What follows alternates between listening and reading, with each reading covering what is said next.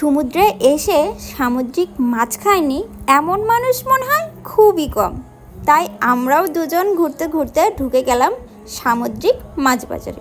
সেখানে তো ইলাহি ইলাহি মাছ, মাছের সমারোহ।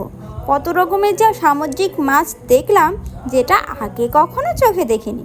প্রথমবারের মতন খুব কাছ থেকে এত সামুদ্রিক মাছ দেখলাম। যেহেতু আমরা দুইজন ছিলাম তাই আমাদের চিন্তা ভাবনা ছিল ছোটোখাটোর ভিতরে একটা মাছ নিয়ে বারবিকিউ করে খাবো। যেহেতু শুনেছি সেইগুলো খেতে খুবই মজা হয়, আর বারবিকিউর স্বাদও আমি কখনো নিইনি, প্রথমবারের মতো। তাই তো খুব দেখে শুনে বুঝে বেছে একটা টুনা ফিশ নিয়ে নিলাম। তাও এটা প্রায় 2 কেজির কাছাকাছি। এর থেকে ছোট মাছ আমরা পাইনি। সুন্দর করে বারবিকিউ করে খেতে বসে গেলাম। খেতে যে দেখি মাছটা আসলে ভালো না। দুঃখের বিষয় এটাই যে সামুদ্রিক মাছ তো আমরা ঠিকঠাক চিনিই না, তাই চিনে আর কিনতে পারিনি। দুজন মিলে টুকটাক খাওয়ার পরে বললাম, ছেড়ে দে মা, কেন্দে বাঁচি, আর তো খাবো না। মুডটা এত খিচিয়ে গেল, কিচ্ছু আর ভালো লাগছিল না। তাই বরের সাথে রাগারাগি করে পাশে সি বিচের ধারে সুন্দর একটা চেয়ার বুক করে ভাবলাম হাওয়া খাই, মাথা ঠান্ডা হবে। বর তো আমার নাচর বান্দা, সে তো আমার একা ছাড়ে, পাশেই বসে থাকলো।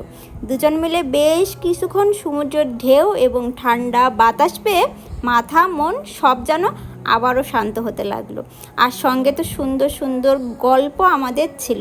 এর মাঝে এই যে সমুদ্রের বড় বড় ঢেউ দেখছো, এই ঢেউ আস্তে আস্তে একদমই আমাদের চেয়ারের কাছে চলে আসলো। দেখতে কি যে দারুণ অপরূপ ছিল সেটা বলে বোঝানো যাবে না। আমরা যে চেয়ারে বসে আছি এটাও কিন্তু আমাদের ভাড়ায় নিতে হয়েছে। হ্যাঁ, কক্সবাজারে বসতে হলেও ভাড়া লাগে। 120 টাকা দিয়ে আমরা 1 ঘন্টার জন্য চেয়ার 2টা বুক করেছিলাম, শুধুমাত্র সমুদ্র দেখব বলে। ভাবতেও খারাপ লাগছে, কাল আমরা এই সুন্দর প্রকৃতি ছেড়ে চলে যাব নিজেদের কর্মস্থলে, নিজেদের জায়গায়। হ্যাঁ, সত্যি বলতে কিছু কিছু সময় যদি থেমে যেত তাহলে সত্যি বলতে আমরা মানুষ হিসেবে বুঝতে পারতাম আমাদের মনুষ্যত্বটা কোথায়।